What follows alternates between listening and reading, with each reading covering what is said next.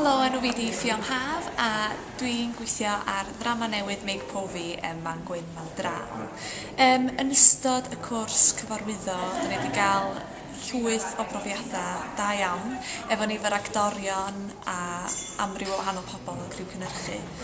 Mae'r profiad wedi bod yn wych i ddweud y gwir i allu gwneud cysylltiadau newydd a gobeithio gallu cydweithio efo mwy o'r artistiaid yma yn y dyfodol. O ran y drama hun efo Make Pofi, mae'r datblygiad wedi digwydd dros y flwyddyn dwytha i gyd a mae'r drafft yn barod barod i fynd i fewn i ymarferion. Rydyn ni yn mynd i ymarfer yn y Gogledd am pythefnos a wedyn dod lawr am pythefnos wedyn i'r Sherman i cario ymlaen. Edrych ymlaen yn fawr iawn at y cyfro o'n blaenau ac yn trio darganfod mwy o'r drama a gobeithio newch chi fwynhau Rhwng Dau Fyd.